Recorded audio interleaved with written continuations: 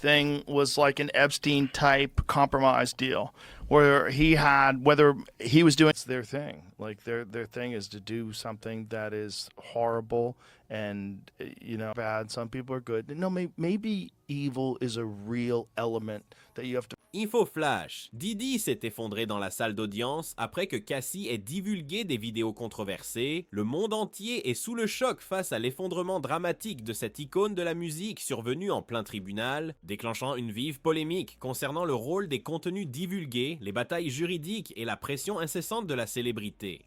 Cette histoire dépasse largement le cadre du divertissement, elle interroge sur la vie privée, le pouvoir et le coût humain de la surveillance médiatique. À mesure que les détails émergent, nous sommes confrontés à une question cruciale qui hante autant les célébrités que les personnes ordinaires. Jusqu'où peut aller un individu avant que le poids de la notoriété devienne insupportable? La scène qui se déroulait dans la salle d'audience, auparavant lieu de clarté juridique, semble désormais être devenue le théâtre d'une tragédie. Diddy, connu pour sa personnalité hors du commun, a été vu s'affaissant par terre. Son corps trahissant l'épuisement émotionnel et physique causé par ses procédures judiciaires. Quel en est le déclencheur? Une série de vidéos divulguées, intitulée apparemment A Free Trika Offs, que Cassie, figure centrale dans cette affaire, aurait partagé en ligne. Si ces vidéos contiennent des images privées ou choquantes, elles ont déjà suscité une vive agitation quant à leur teneur, leur caractère légal et leurs répercussions sur la vie des personnes concernées. Pour Diddy, cet effondrement n'était pas seulement un moment de vulnérabilité, il symbolisait le point de rupture atteint par quelqu'un qui navigue depuis des décennies entre célébrité, richesse et attente publique. Le système judiciaire, souvent perçu comme un arbitre neutre, se retrouve ainsi au cœur d'un débat plus large sur la responsabilité, la vie privée et la psychologie humaine.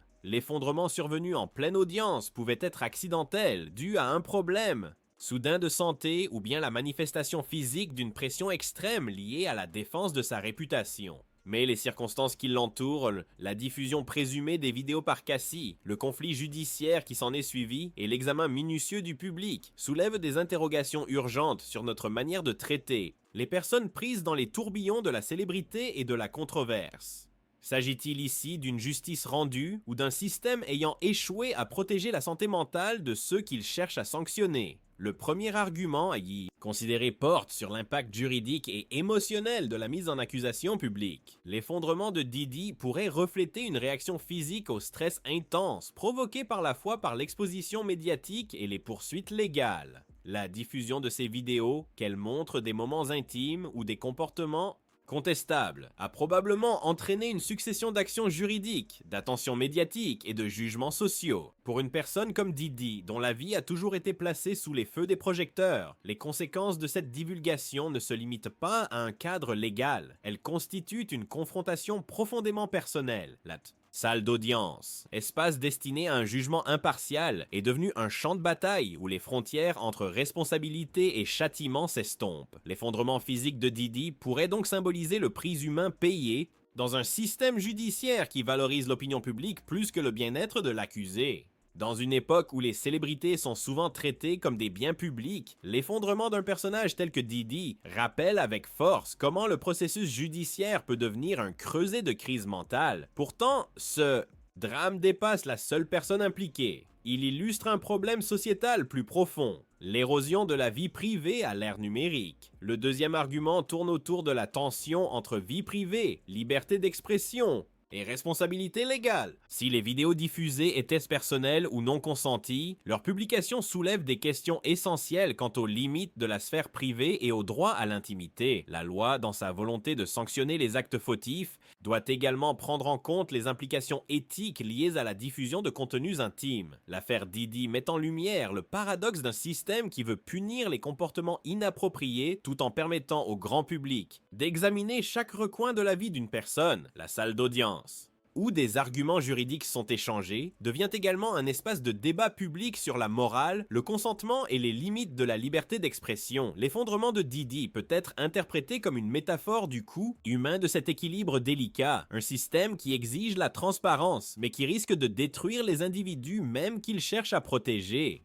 Le troisième argument, peut-être le plus insidieux, concerne le rôle des médias et de l'opinion publique dans l'amplification de la pression exercée sur les célébrités. Le cadre judiciaire, bien qu'étant un lieu de délibération légale, est devenue une scène de spectacle médiatique où chaque moment est disséqué, chaque mot analysé et chaque réaction diffusée à des millions de personnes. La fuite des vidéos, intentionnelles ou accidentelles, a été amplifiée par les réseaux sociaux, transformant une affaire privée en un événement public. L'effondrement de Diddy a pu résulter de l'attention incessante qu'il a subie depuis des années. Une vie passée sous les projecteurs où chaque action est jugée, chaque parole analysée et chaque échec amplifié.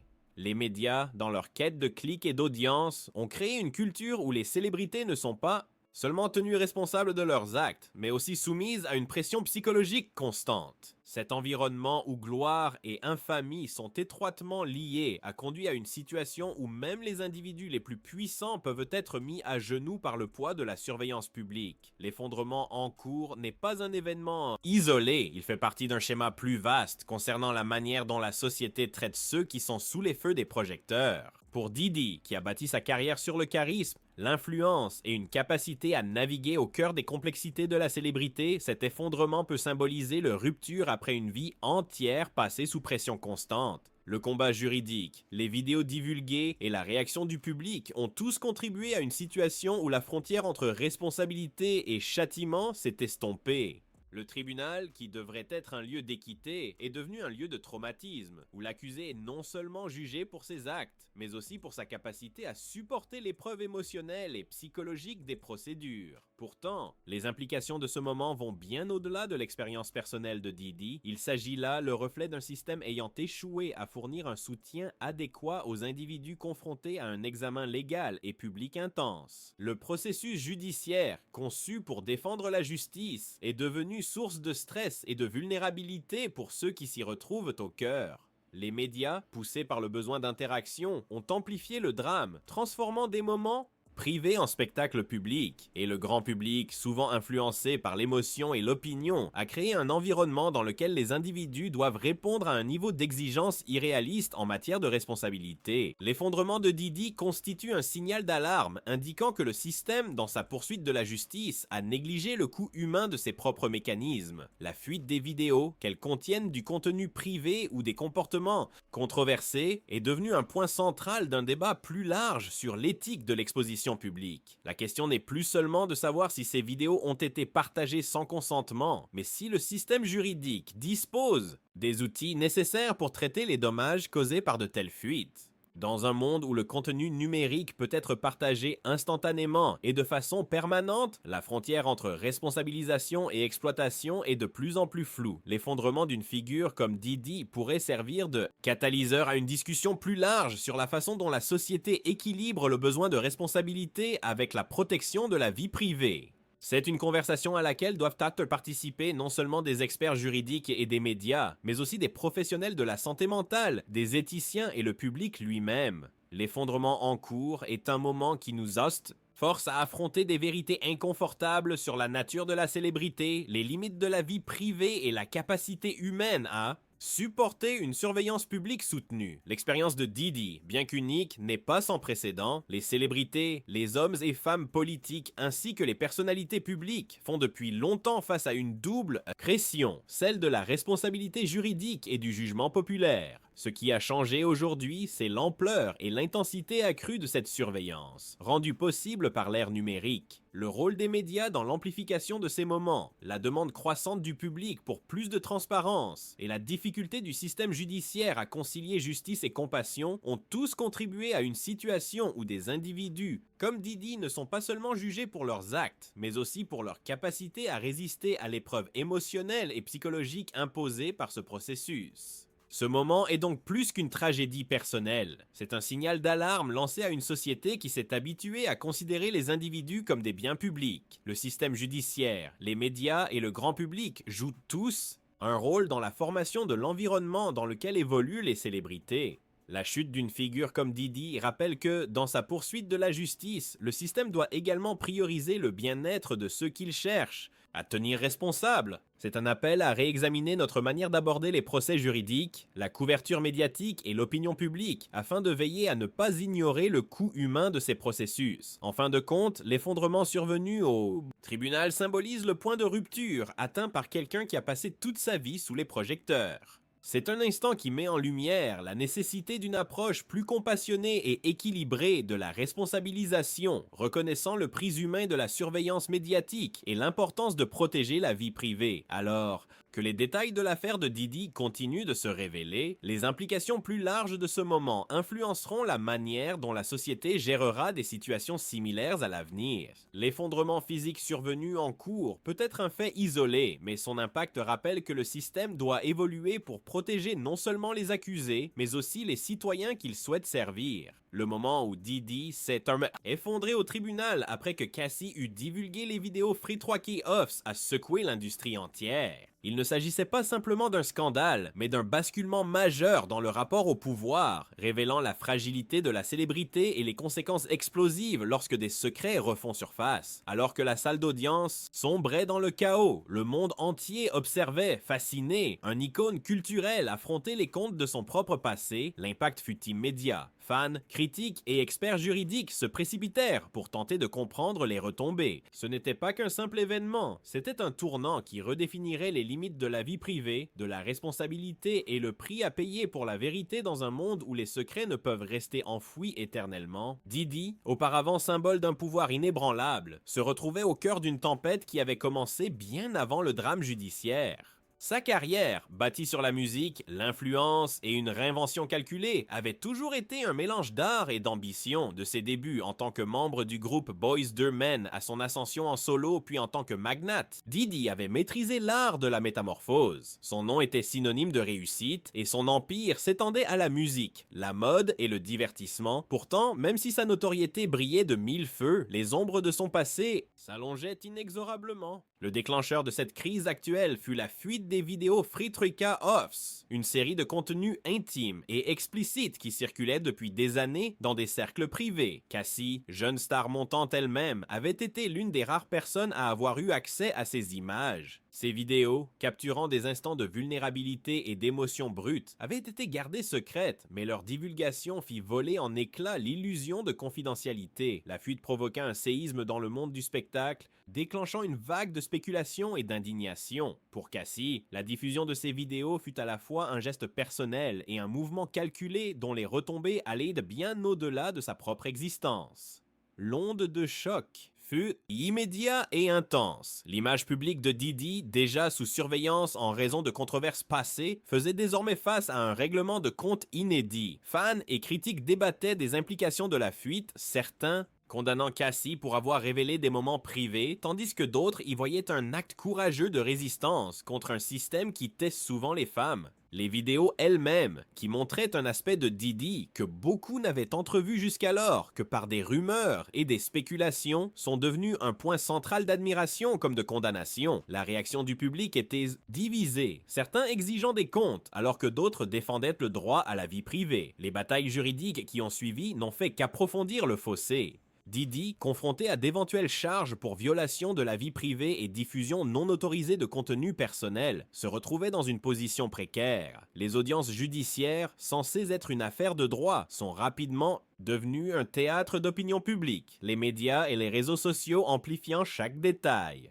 La tension dans la salle d'audience était palpable, tandis que l'importance de l'affaire pesait sur tous les protagonistes. Pour Cassie, le combat juridique relevait autant de la vindication personnelle que de la justice. Alors que le drame judiciaire se déroulait, le monde entier observait avec anxiété, conscient qu'il s'agissait de bien plus qu'une simple procédure légale. C'était un règlement de compte qui mettrait à l'épreuve les limites du pouvoir, de la vie privée et des conséquences de secrets dévoilés. Le décor était planté pour un affrontement qui ne laisserait personne indemne. La salle d'audience était secouée par une tension électrique, chaque instant chargé d'anticipation. Diddy, déjà sous pression énorme liée aux vidéos divulguées, se retrouvait dans une situation semblant lui échapper progressivement. À mesure que l'affaire avançait, l'atmosphère dans la pièce devenait de plus en plus volatile, les spectateurs nerveux et le juge tentant de maintenir l'ordre. Le moment décisif arriva brusquement. Diddy, debout dans la salle d'audience, s'effondra soudainement. La stupeur fut immédiate. Son corps céda et il s'écroula au sol, plongeant la pièce dans un silence choqué. La foule qui murmurait et spéculait depuis le début des débats resta figée sur place. Certains poussèrent un cri de surprise. D'autres... One thing the defense wanted to do, they wanted to make sure that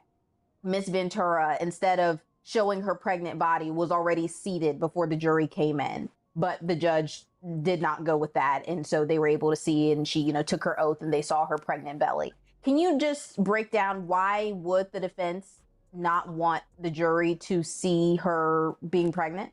The defense wouldn't want the jury to see her pregnant because of the level of sympathy that the jury may have for her. Now, generally, we see a woman that's pregnant, we think, oh, motherhood, this is a wonderful time in her life, etc. And, there's this warm and fuzzy feeling you often feel when you interact or see someone who is literally about to give birth. And then to hear and kind of juxtaposition that beautiful kind of aura with this depravity and this, gross things that are happening, is going to be hard for the jury to look at back. And there is that possibility of getting what we would call like tertiary trauma, where you get traumatized by hearing the things that have happened to other people. And, you're thinking about, well, this could have been my daughter, this could have been my sister, this could have been my mom, whatever the case may be. Again, that's a lot for people. So I hope that they're trying to unpack this as best that they can. And if they need to, seek professional help after this is all over. Because obviously, a lot of these things you can't really share with a therapist while, you've sworn an oath that you're just going to listen and keep everything, especially when it comes to deliberations, private until the case is over. Right. And we still have a long ways to go. I mean, we are only just a few days into this, and they're projecting that this trial is going to last 6, maybe 8, maybe 10 weeks. So there's still a long ways to go. And you brought something up that I think is important. Cassie Ventura is pregnant right now. She's about 8 months, I think, right now. And I can't imagine they're getting a good night's sleep. Just from the perspective of you're listening and hearing some very, very vile things.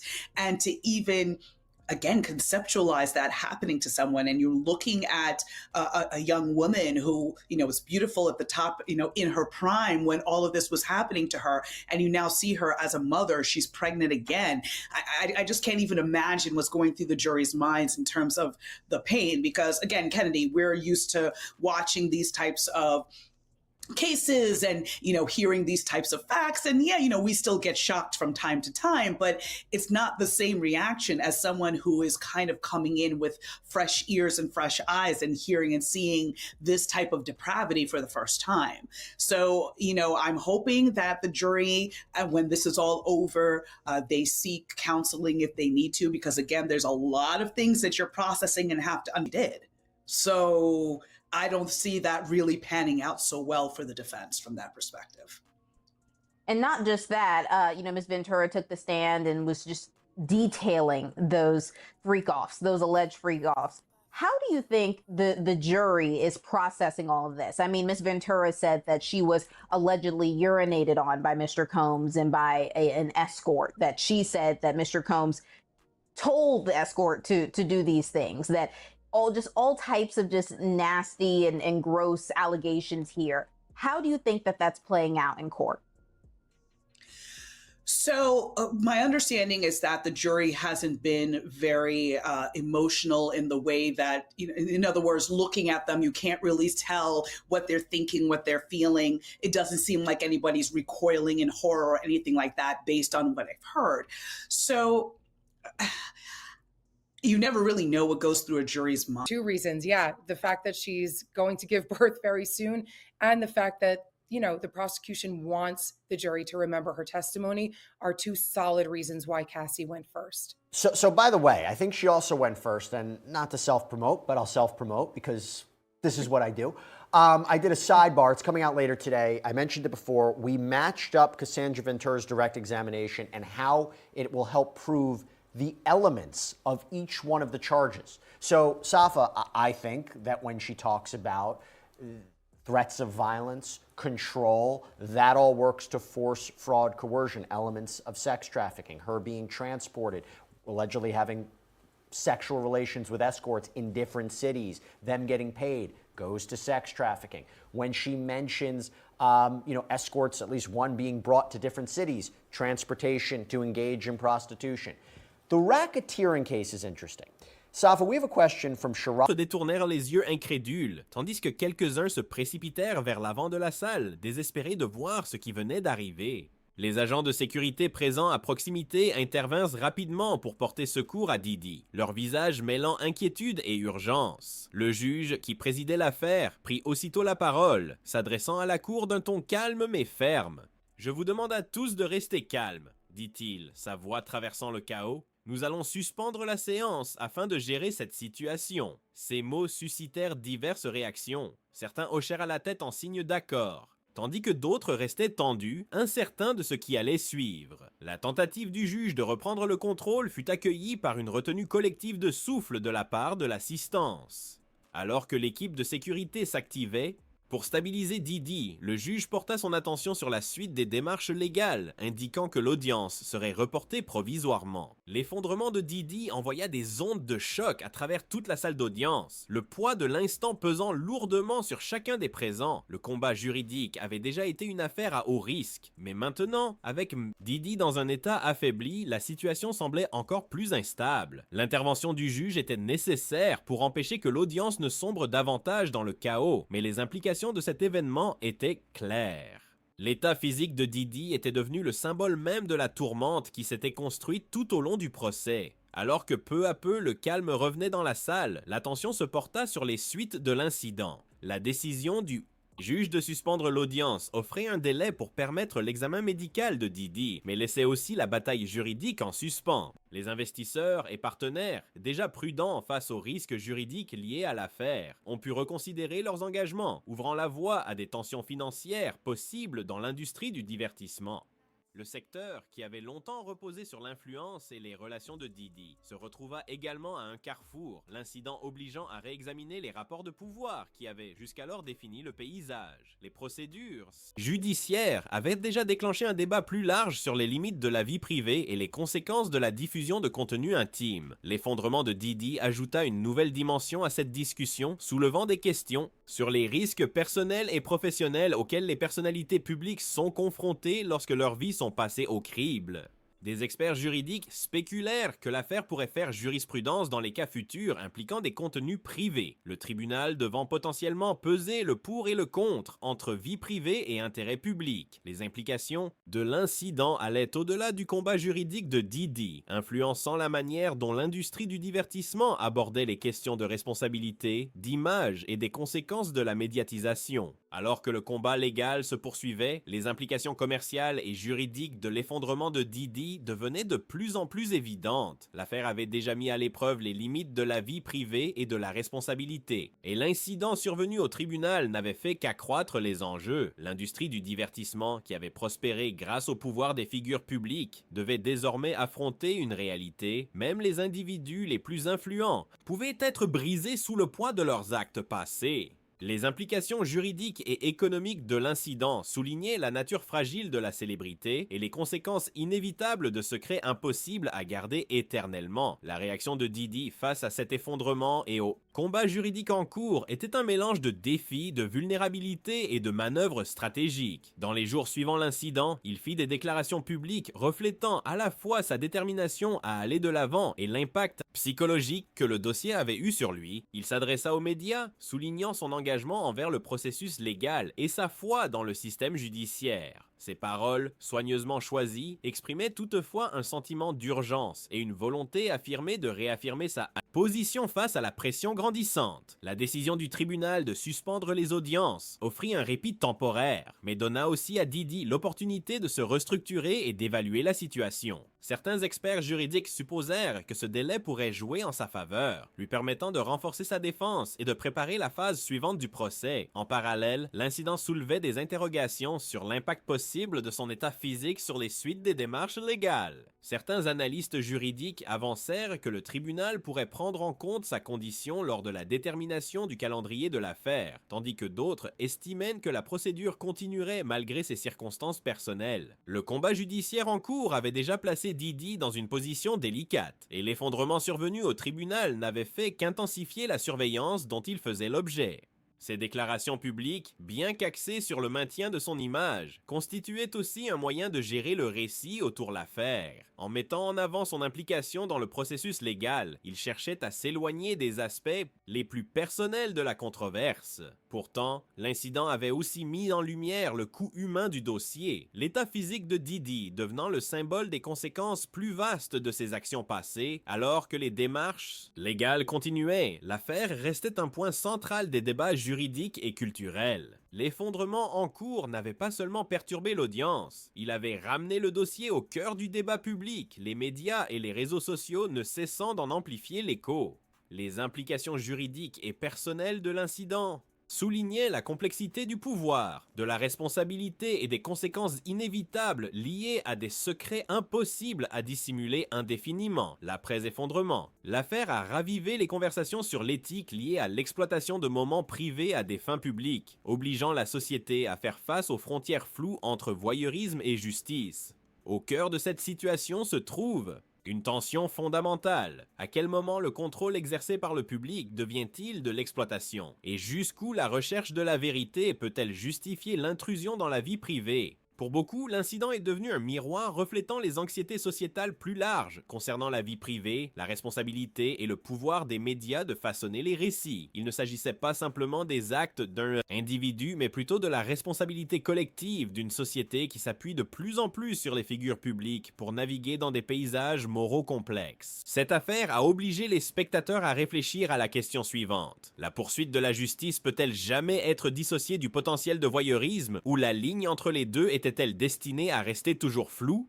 À une époque où les moments intimes sont souvent partagés sans consentement, l'incident a mis en lumière la difficulté de distinguer l'intérêt public légitime de l'envie de consommer, d'analyser et de juger. Elle a également soulevé des interrogations sur le rôle des médias dans l'amplification de ces tensions, obligeant le public à reconnaître sa propre complicité dans le spectacle. Ainsi, cette affaire ne portait pas seulement sur un moment précis, mais sur les dilemmes éthiques persistants qui définissent notre rapport à la vie privée, au pouvoir et au bien public. Les dilemmes éthiques au cœur de cette affaire sont complexes, ancrés dans la tension entre transparence et intrusion. D'un côté, le public a le droit d'examiner ceux qui occupent des positions d'influence, surtout lorsque leurs actions ont des conséquences importantes. Ce principe est souvent invoqué pour justifier la révélation de mauvais traitements, de corruption ou de négligence, avançant que la responsabilité est une composante nécessaire d'une société fonctionnelle. Cependant, l'acte de révéler des moments intimes, qu'il s'agisse de fuite, de surveillance ou d'examen public, soulève des interrogations quant aux limites de cette responsabilité, quand la quête de vérité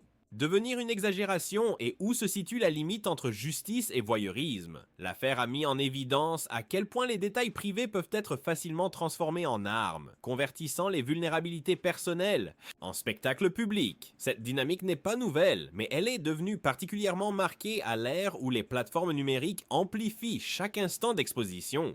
Le défi éthique réside dans la détermination de savoir si le droit du public à savoir prime sur le droit individuel à la vie privée et si les médias ont une responsabilité à rapporter la vérité ou plutôt à créer du sensationnel pour obtenir des clics et de l'attention. En fin de compte, cette affaire a souligné la difficulté de concilier ces valeurs opposées, laissant la société confrontée aux implications d'un monde où les moments privés ne sont plus entièrement privés. L'effondrement de la personne concernée a également mis à nu l'intersection fragile entre santé physique et vulnérabilité juridique, remettant en question les récits anciennement établis sur la résilience et le pouvoir dans les confrontations publiques à haut risque, alors que beaucoup supposaient que ceux qui vivent sous les feux de la rampe étaient immunisés contre les crises sanitaires touchant les personnes ordinaires. Cette affaire a montré comment même les figures apparemment invincibles pouvaient être abattues par les systèmes même qu'elles étaient censées maîtriser. L'incident a confirmé la réalité selon laquelle le pouvoir légal et social ne signifie pas toujours invulnérabilité physique et que les pressions de la surveillance publique pouvaient aggraver des vulnérabilités sanitaires existantes.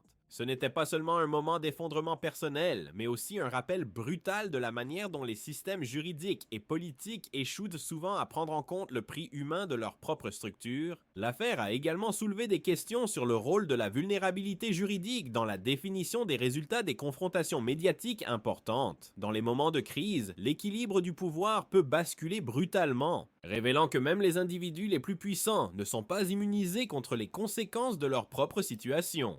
Cette intersection entre santé et statut juridique a forcé la société à reconnaître les limites des récits qui associent systématiquement résilience et pouvoir, mettant en avant la nécessité d'une compréhension plus nuancée de la manière dont les individus gèrent les complexités de la vie publique. L'impact sociétal de cette affaire s'est étendu bien au-delà de l'individu concerné, redéfinissant la perception qu'ont les gens des frontières entre responsabilité et intrusion. Elle a déclenché une conversation plus large sur le rôle des personnalités publiques dans la préservation de la confiance et des responsabilités éthiques liées à cette position. Beaucoup ont commencé à se demander si la recherche de transparence devait toujours primer sur le droit à la vie privée, et si le rôle des médias dans la formation de l'opinion publique était prioritaire par rapport à la protection de la dignité personnelle. Cette affaire a également mis en lumière la tension croissante entre le désir du public pour l'information et le besoin de protéger les individus contre une exposition inutile. Au fur et à mesure que les débats se développaient, il est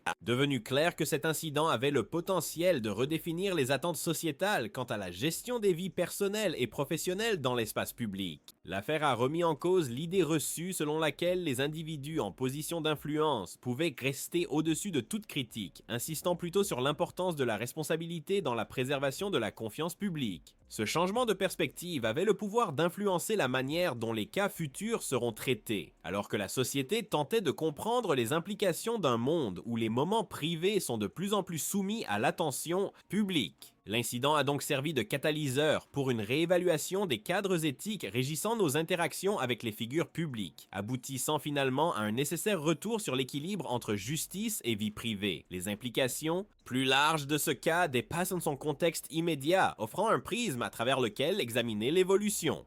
Relation entre la vie privée, le pouvoir et la responsabilité dans un monde de plus en plus interconnecté. Alors que la technologie continue de brouiller les frontières entre vie publique et vie privée, les dilemmes éthiques soulevés par cet incident prennent une nouvelle urgence. Cette affaire rappelle à quel point les vulnérabilités personnelles peuvent facilement être exploitées, qu'il s'agisse de surveillance numérique, de fuite de données ou de l'amplification de moments privés dans le domaine public. Elle souligne également la nécessité d'une compréhension plus nuancée de la manière dont les individus naviguent au milieu des complexités de leur propre vie tout en étant constamment surveillés et jugés par la société.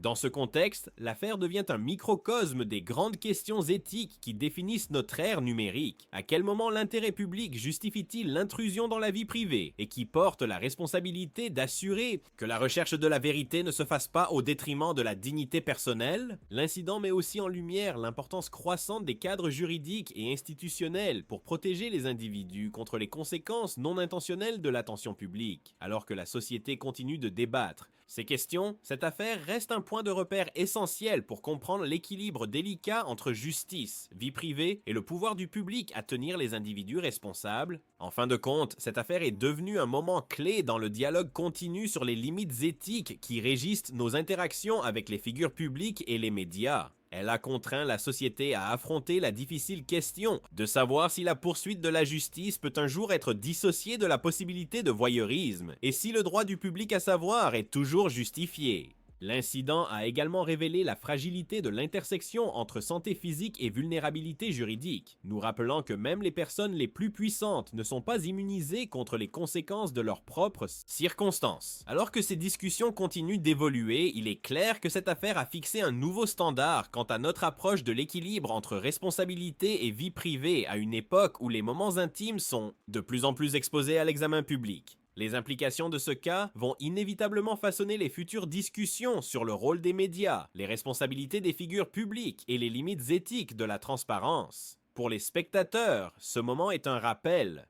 de l'importance d'aborder ces questions de manière réfléchie et critique, en veillant à ce que notre quête de vérité ne se fasse pas au détriment de la dignité personnelle. Alors que nous continuons à naviguer dans ces paysages éthiques complexes, cette affaire se dresse comme un exemple puissant de la façon dont un seul moment peut déclencher une remise en question plus large des valeurs qui définissent notre société. Si vous avez trouvé cette discussion stimulante, n'hésitez pas à vous abonner à notre chaîne pour plus d'exploration approfondie des défis éthiques et sociétaux qui façonnent notre monde. He also filmed them. She claimed that when she would make him upset, he would threaten to release the footage. During that time, she says she took drugs to help her disassociate because she felt disgusting and humiliated. Like when she said Combs or male escorts would urinate on her. The prosecutor said, "Did you want Sean or an escort to urinate on you?" Ventura responded, "No." The prosecutor then asked, "And before that happened, what, if anything, did you discuss about being urinated on?" Ventura said there was no conversation, it was just a turn on for him. Ventura testified that after sex acts with escorts concluded, Diddy would sometimes request that the escort's semen be, quote, put on his body in the next room. She was expected, she says, to have sex during her period and testified Diddy frequently got physically abusive. One of those times was caught on camera in this now infamous CNN exclusive video of Combs beating Ventura in 2016. Ventura said she was told the jury about one freak-off where Diddy allegedly told her to get into an inflatable pool filled with baby oil and lube. Court transcriptions obtained by Law and Crime show the prosecutor asked, "Who, if anyone, asked you to get into the pool?" Ventura responded, "Sean, it was his idea." The prosecutor asked, "Did you want to get into a pool of baby oil?" Ventura responds, "At that point, I couldn't say no. It would have been all bad." After an objection, the prosecutor then asks, "What concerns did you have about not getting into the pool with baby oil?" Ventura responds, "That, amongst other things, just his temper. If that is something that he wanted, Sean wanted it to happen, that's what was going to happen. There wasn't another way around it." Ventura claimed Diddy controlled all aspects of the freak-offs, from directing her to find escorts, sometimes through Craigslist, the lighting in the room, to her nails having to be painted white, and what she wore. Everything, according to Ventura, had to go through disgusting and worthless because she didn't want to do it. She told the jury that the hip-hop star would, quote, knock me over, drag me, kick me, stomp me in the head when I was down. And that wasn't all. The testimony was extremely graphic. Ventura walked us through years of alleged physical abuse and sexual humiliation that she says she could not escape. She said she was 22 years old when Combs first proposed the drug-fueled sex parties, and they allegedly became weekly occurrences, reportedly happening in hotel rooms in New York City, Atlanta, Los Angeles, Miami, Turks and Caicos, and Ibiza. She stayed awake by taking drugs that she says Combs gave her, including cocaine, Molly, and ecstasy. Ventura said the freak-offs typically lasted between 36 to 72 hours, the longest one lasting 4 days, and that the frequent sex would often leave her ill and cause her to have constant urinary tract infections. At one point, Ventura star witness Cassie Ventura taking the stand for a second day in the sex trafficking and racketeering trial of Sean Combs. This trial marks the first time the former couple is seeing each other since their split 6 years ago. Ventura, who is 8 months pregnant, was said to be rubbing her belly throughout her testimony while wiping away tears as she detailed, as she put it, the violent abuse she endured while dating Combs for a decade. You're watching Law and Crime. I'm your host, Kennedy Walker, and I'll walk you through the details. Cassie Ventura has spent the last 2 days in a New York courtroom testifying against her ex-boyfriend, music mogul Sean Combs, known as Diddy. Federal prosecutors claim Combs used threats, drugs, lies, and violence to coerce Ventura into sexual encounters with male prostitutes. Ventura testified that she participated in these freak-off sex parties because she feared Combs and wanted to make him happy, but felt